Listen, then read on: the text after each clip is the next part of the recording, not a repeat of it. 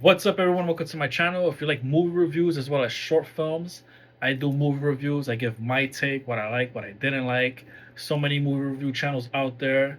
Why not have an extra movie channel review with my YouTube channel? Please hit that subscribe button and that notification button for more updates on that. It does mean a lot. I like the support, so thank you so much. And if you also like independent short films, I make short films. My recent short film, Celestial Echoes, Tears of the Stars, is out now. Please check it out. I will do a separate video discussing Celestial Echoes Tears of the Stars as well as its spin-off that I'm working on currently. So if you like short films, please check out all my short films that I've done over the years. I'm a big fan of writing, making short films, acting, producing. That's something that I like, and it's my way of putting myself out there with that, in that whole realm of filmmaking. And hopefully, I'll be able to do bigger projects, whether it's in Hollywood or just other independent films, feature films, short films that I'm casting. I just love acting and just being involved in the filmmaking process, which I'm grateful to have been to some degree in the filmmaking world and the indie side of things. So that's something that I'm passionate about. So please show your support.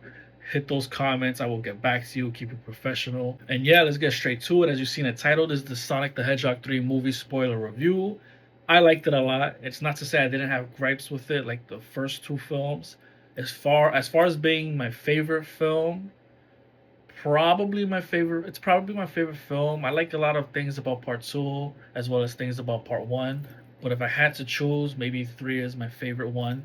Uh to get straight to the good parts of the film, I like what they continue to build upon with this franchise and the characters. I think, the characters are all well executed. I think they're great. The human elements, at first I wasn't sure if I would like it. I know the human elements has been part of the Sonic franchise in general, but I was never so keen upon the human elements other than just Mr. Robotnik in the games and then with the cartoons that I grew up seeing, not the later ones which had human elements. I know it had more focused on the animal characters, Sonic and Knuckles and them. That's what I grew up on, and without having to really see much of the human elements and the cities and whatnot. I was never so like into that. I thought it was weird at first, but having gone into it with the films, I accept it because of what the story is and how it's different planets and whatnot. So I'm like, he's like an alien, and it's like, okay, I can accept that the travel with the rings to different planets, and it's like, okay, he's not just a hedgehog, which obviously him being blue and fast, he wasn't an earth hedgehog to begin with. So the elements in that, it was fine for me. I accepted it, and with the movies, I'm okay with that and what they're doing, and it's probably what they've been doing with the franchise in general. And I just never really followed up on that.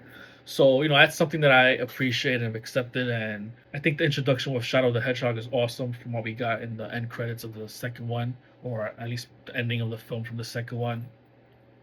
It was great to see another character, and Keanu Reeves being cast as the voice of Shadow. I think is great. I like Keanu Reeves a lot. I like watching him in films. I think he has a great presence in films. As far as acting goes, I'm not so into his acting, but I'm not taken away with his performance and him in being in movies. He's just, for some reason, he has this element, his aura to him, that even if he's pretty much the same character to me in most of his films, I'm just drawn to watching him on the big screen and what the story is. As long as it's engaging, I could care less, you know, if the acting isn't all that. And I bring that up because I know he mentioned in an interview he was trying to portray or give voice in a way to this character of Shadow, not unlike his, but to be honest, he still felt like I was watching or listening to John Wick, listening to Keanu Reeves in this role. So I didn't really sense much of a difference in the voice aspect of things, but in most cases that's what it is. You don't necessarily have to, unless that's what you want to do, really give off this type of different tone of voice. If you're a voice actor, that's something you do in general. But look, when with Knuckles, you hear Idris Elba, it doesn't take away from Knuckles. So hearing Keanu Reeves his voice as Shadow, not really much of a change. It doesn't take away from the character. It definitely fits Shadow the Hedgehog. He was a great character. He had this sadness to him. He wasn't just, and first he's like the villain. You would think the antagonist, but he ends up, not being the main antagonist and the villain, and you get this sense of sadness and what he's dealing with, and you can understand why he's doing what he's doing. I'm not saying it makes it right, but you understand it, and it gives him more than just being, this bad character and this villain or antagonist, if you will, and doing what he's, deciding to do, and just, if you have a purpose, I feel like if a character has a purpose of why they're bad, then it kind of gives more to who they are and gives more of of an element of intrigue and interest versus just someone being evil just because they're outright evil, and it's like, you just want to take over the world or destroy the world, and it's just like, but what else is there to you other than that? So he has that element. Like in most cases, you see that nowadays with antagonists, and other than that, from Shadow and antagonist view, you have Robotnik back.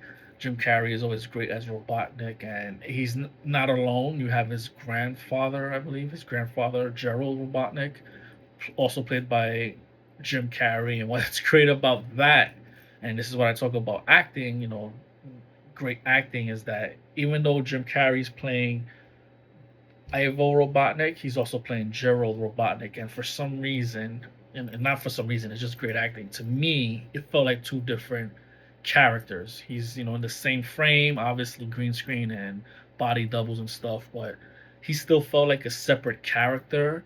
You can see that even though there were similarities to both, there were differences, at least for me. And maybe it's because of the aging, the makeup, but there were differences, and I think Jim Carrey kills it as Mr. Robotnik. I remember when he was cast, I thought it was off, even though I never take away from an actor portraying a role as if, this person can't do it. I never look at it that way. Case in point with Heath Ledger as Joker, he was not looked at as somebody that would portray the role. People didn't like him, and I'm not saying everybody, but most cases, a lot of people didn't like the cast. And I, for one, liked the cast. I thought he would do a great job. I was never part of that group of, he's a bad choice for the Joker. Having seen the Brothers Grimm, I don't like that film. But when I did see that film and Heath Ledger was cast in that, when I heard he would be the Joker, and I saw that there was a lot of negative to that, I came back to the Brothers Grimm and his performance there, and I was like, I think he could pull this off, and he ended up pulling it off and doing a great job. So that's, you can never count an actor out, and with Jim Carrey, you never really count him out. But the whole idea of Robotnik and where they would go with that character, Jim Carrey nailed it, did a great performance, and in this one, I enjoyed seeing him as Ivo and as well as Gerald. Gerald is like Shadow. The whole idea is the girl, I believe it was his granddaughter or daughter or granddaughter. She gets, she dies, and he wants revenge, and he uses Shadow and his love for the girl also, why he's angry, and pretty much he wants to. While Gerald wants to destroy Earth, Shadow he doesn't want to destroy Earth. He just wants revenge. And there's a difference, but he uses Shadow. It might have been that he kind of has the same idea, but Shadow really isn't really for that whole destroying Earth. But and that's where Sonic and team comes in to try to stop Robotnik, and eventually, Ivo obviously joins Gerald, but he realizes Gerald is not in the same league because he wants to destroy the world, and he pretty much, for a bit, Ivo, he's not necessarily a good guy, but he does side to the good side of things for the moment. And then, of course, in the ending, you think Ivo Robotnik is dead. You would have thought he was dead in the second one and he came back. So in this one, I don't think he's necessarily dead. Well, maybe he is, but from what I'm hearing, rumors of Sonic 4 has to do with like an alternate timeline and stuff. But Jim Carrey can always come back as Ivo Robotnik. Now, as far as Gerald Robotnik, I'm pretty sure he's dead because of what happens to him in the film. And Shadow obviously is alive because you see his foot in the end one of the end credits. So I thought they did a great job with just the characters and the story and what they were going for, more of a sad tone and an idea of revenge and friendship again coming together and maintaining that hero side of things, with Sonic and helping out and just being that protector of what he's doing now and on Earth and with the team Knuckles and Tails. So I really like the story. I thought it was good. Of course, it had a darkness to it, but nothing so dark. It's a kid's film, and that's probably one of the gripes that I have about the film.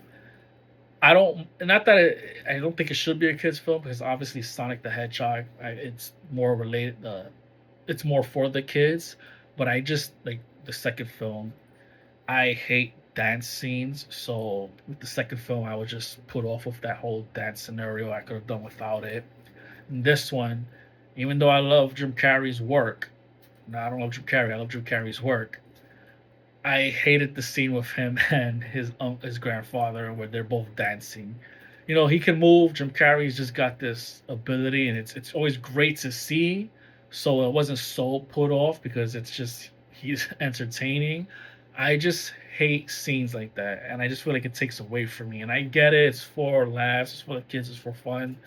But for me, it's just stuff like that where it's like it just takes away from me, and that's why I can't really give Sonic the Hedgehog personally, the franchise in general, like so much of a great review because of these elements that make it cheesy for me, and that's really the only problem I have with these films. But that's neither here nor there. That's probably the not the biggest thing as far as what I think is the problem with the franchise and this particular film because of such elements.